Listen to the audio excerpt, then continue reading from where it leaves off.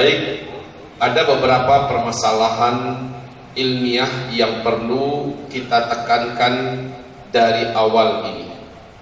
Yang pertama, bahwa tidak benar, terlarang hukumnya, bahkan wajib kita menolak apabila ada pihak-pihak tertentu, apakah perorangan, apakah organisasi, ataukah sebuah aliran, berani menyatakan kejadian kiamat akan terjadi tahun sekian, atau yang kita istilahkan dengan ramalan kiamat, maka akidah kita menolak mentah-mentah. Ini bukan akidahnya Ahlus Sunnah wal Jamaah, siapapun yang menyampaikan. Yang kedua, Rasul diberi wewenang oleh Allah Subhanahu wa Ta'ala dengan pengilmuan yang cukup buat beliau, lalu diberi wewenang untuk menyampaikan ilmu itu kepada umat. Tentang apa? Tentang tanda-tanda kiamat. Maka inilah ilmu yang dimiliki oleh Rasulullah Sallallahu Alaihi Wasallam, dan ilmu ini yang disampaikan oleh Rasul kepada umatnya. Tujuannya buat apa? Agar umat waspada, agar umat melihat tanda-tanda itu dengan fakta dan fenomena yang ada di permukaan, supaya suasana dan energi iman tentang akhir zaman itu selalu hidup dan terjaga. Ada kritikan yang tidak mendidik, dan menurut saya ini hanya dilakukan oleh para pengadu domba sesama alim ulama, sesama dai, sama ustaz. Ada sebuah judul dia buat, Ustadz Fulan meluruskan penyimpangan akidah Ustadz Zulkifli Muhammad Ali. Kemudian saya coba lihat, saya dengarkan dari A sampai Z. Saya catat beberapa catatan yang dianggap penting, lalu saya ulangi kembali mendengar, sampai saya dapatkan beberapa kesimpulan. Pertama, Ustadz itu masih di batas rel ilmiah. Yang kedua, tidak ada satu pencaci makian ataupun yang berkaitan dengan penyebutan nama atau hal yang bisa menjatuhkan. Dalam bahasa beliau masih sopan. Dan akhirnya saya mengomentari, mentaklik ulang 45 menit saya berikan komentar secara ilmiah. Salah satu yang dikritisi di situ adalah beliau menyampaikan tanpa menyebutkan nama saya, kita tidak boleh hadis-hadis Nabi tentang akhir zaman lalu kita cocok-cocokkan dengan fenomena dan fakta yang ada di permukaan. Ini tidak boleh, katanya. Maka di sini saya komentari atau saya tanggapi dengan sopan. Apa jawaban saya? Kalau mencocok-cocokkan hadis-hadis tentang akhir zaman ini dengan fakta fenomena yang nampak di permukaan, tidak boleh, dianggap salah dan menyimpang. Maka para sahabat telah melakukan penyimpangan tersebut. Para sahabat telah melakukan kesalahan tersebut karena mereka duluan yang mulai.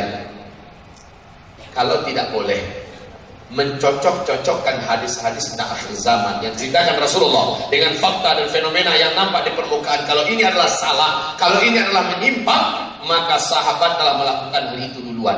Sebab apa? Sahabat yang punya kebiasaan mencocok-cocokkan itu. Ini kebiasaan para sahabat dan tidak ditolak, tidak dibantah oleh sahabat-sahabat yang lain.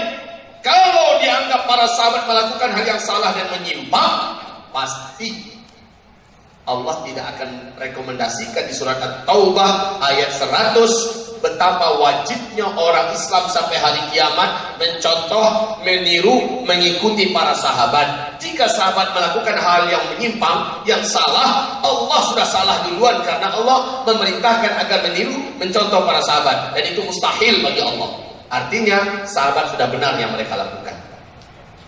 Begitu ya, paham maksud saya? Apa contohnya? Contoh, dukhon. Dari mana dukhon ini datangnya?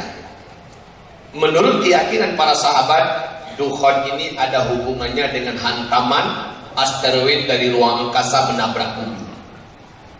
Dan Masya Allah, ternyata menurut penelitian ilmiah, para pakar astronomi dunia juga membenarkan hanya hantaman meteorlah yang menabrak daratan bumi kita yang mampu menimbulkan berdebu yang teramat sangat tebal, buminya akan gelap gulita selama beberapa waktu yang cukup panjang. Yang menyampaikan hadis ini adalah Ibnu Abi Mulaikah, muridnya Abdullah Ibnu Abbas. Ibnu Abi Mulaikah ini berkata, tuan guru kami pagi tadi berkata, semalaman saya tidak dapat tidur. Kami bertanya, wahai tuan guru, kenapa?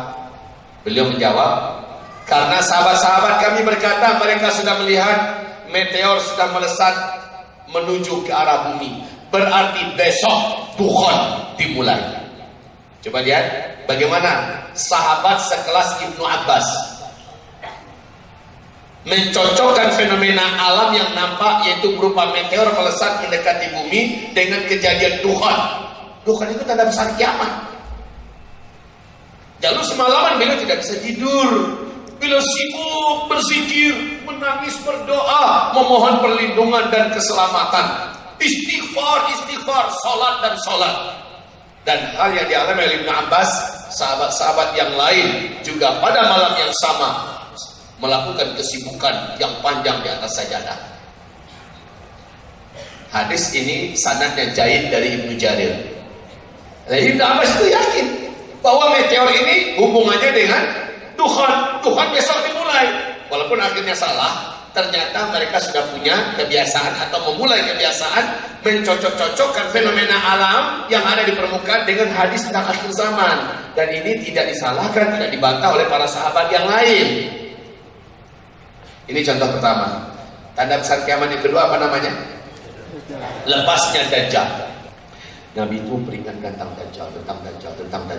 Dajjal. Sampai-sampai para sahabat akhirnya melihat-lihat, siapa nih yang Dajjal? Siapa nih yang Dajjal? Dan ketemu oleh mereka satu sosok, yang sosok ini tidak pernah mau mendekat kepada Nabi Muhammad SAW. Sosok ini secara fisik hampir mirip dengan Dajjal. Sosok ini secara kemampuan tidak ada manusia normal yang memiliki kemampuan dia punya. Dan sosok ini tidak mau berteman dengan sahabat-sahabat Nabi. Kerjanya hanya mengintai-intai, memata-matai dari jarak jauh. Nama sosok ini adalah Ibnu Sayyad. Ibnu Sayyad diyakini oleh sebagian besar para sahabat dia adalah Dajjal. Kenapa? Karena kesamaan posturnya, ciri-ciri fisiknya, kemampuan yang dimilikinya dan sebagainya dengan yang diceritakan Rasulullah tentang Dajjal. Lah begini kisahnya. Suatu ketika Rasulullah dan Umar bin Khattab sedang berbincang-bincang di luar, dekat dengan kebun kurma. Dari balik batang pohon kebun kurma, dari kebun kurma, dari balik batang pohon, Ibnu Sayyad mengintip. Sebentar dia mengintip. Rasul dan Umar tahu kalau Ibnu Sayyad sedang melihat kepada mereka berdua. Kita tahu kan Umar bin Khattab karakter orangnya gimana? Temperamen. Langsung dia kudus pedangnya. Ya Rasulullah, izinkan saya ya Rasul. Apa kata Rasul? Ente mau ngapain? Itu Dajjal. Saya mau panggal kepalanya. Saya bunuh dia ya Rasulullah. Apa kata Rasul? Hai Umar, kalau dia itu Dajjal, bukan kamu orang yang sanggup melawannya. Dia bukan tandinganmu, hai Umar. Kamu bukan apa-apanya bagi dia, wahai Umar, kalau dia adalah Dajjal. Tapi kalau dia bukan Dajjal, apa guna bagi kamu membunuh orang sembarangan? Coba lihat jawaban Rasul. Nggak pasti kan? Jawaban Rasul dibiarkan mengambang. Kita tahu siapa Umar bin Khattab. Tidak ada di Jazirah Arab para pegulat, para petinju yang kalau mendengarkan nama Umar bin Khattab lah calon lawannya kecuali kencing-kencing dalam celana. Karena Umar ini di samping dia tinggi besar, cekatan dan cerdasnya jangan ditanya. Bahkan Nabi mengatakan kalau ada Nabi yang pantas menjadi Nabi setelah aku, Umarlah orangnya. Karena dia memiliki kecerdasan yang luar biasa. Dan ini jarang dimiliki oleh satu orang manusia. Tinggi, besar, cekatan, gesit, cerdas. Semua dia punya. Kemudian Rasulullah SAW meninggal dunia. Yang memimpin umat Islam adalah Abu Bakar As-Siddiq radhiyallahu anhu. Abu Bakar As-Siddiq meninggal dunia, langsung Umar yang menjadi khalifah, Amirul Mukminin. Dan di akhir-akhir hayatnya Umar masih berkata, saya sangat yakin Ibnu Sayyad itu adalah Dajjal. Coba lihat, sampai mau meninggal saja Umar masih yakin bahwa Ibnu Sayyad adalah Dajjal. Ternyata Umar tidak sendirian dengan keyakinannya. Aisyah radhiyallahu anha juga sangat yakin bahwa Ibnu Sayyad adalah Dajjal. Sofiyah radhiyallahu anha juga sangat yakin Ibnu Sayyad adalah Dajjal. Abu Dzar Al-Ghifari juga sangat yakin Ibnu Sayyad adalah Dajjal. Tidak sedikit sahabat-sahabat Nabi yang yakin Ibnu Sayyad adalah Dajjal. Sementara Dajjal adalah tanda besar kiamat yang kedua. Artinya apa lagi? Yang saya maksud tadi, jika salah mencocok-cocokkan fenomena yang nampak di permukaan dengan hadis tentang tanda-tanda akhir zaman itu tidak boleh, maka para sahabat tentu tidak akan melakukannya. Baik, sekarang saya akan melakukan sebuah pembuktian bahwa memang kita sekarang ini tidak bisa dibantah, tidak bisa disangkal kita yang masuk dengan akhir zaman. Para sahabat mempunyai keyakinan, punya keimanan yang bulat dan padat bahwa kiamat yang dimaksud, akhir zaman yang diceritakan Nabi Muhammad, mereka lah orang-orang yang menjalani dan akan menyaksikannya. Tidak ada seorang sahabat pun yang tidak yakin. Dan suasana para sahabat itu kalau dibaca-baca, kalau ditelusuri dan dipelajari, paling-paling tanda-tanda akhir zaman yang diceritakan Rasulullah di masa sahabat baru terjadinya 4-5%. Sementara di zaman kita sudah 93-94% tanda-tanda kiamat itu telah Allah nampakkan secara kasat mata. Mestinya punya keyakinan seperti para sahabat bahwa kiamat sudah dekat. Itu harusnya kita. Karena di zaman kita ini tanda-tanda kiamat itu Allah pertunjukkan secara masif, secara bermunculan. Akhirnya sulit untuk kita membantah. Satu contoh, kalau kamu nanti menemukan satu zaman, orang yang hidup pada zaman itu sebelumnya mereka kere-kere, miskin-miskin, mereka hanya sebatas penggembala ternak, mereka tidak beralas kaki, saking miskinnya sendal pun nggak kebeli, mereka bertelanjang dada. Tiba-tiba mereka menjadi kaya raya dan sangat berkuasa. Lalu mereka saling berlomba-lomba dan mereka saling berbangga-bangga membangun gedung-gedung yang tinggi-tinggi.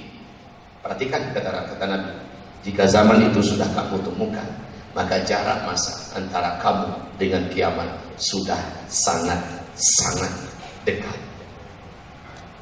Ini hadis Nabi 14 abad yang lalu.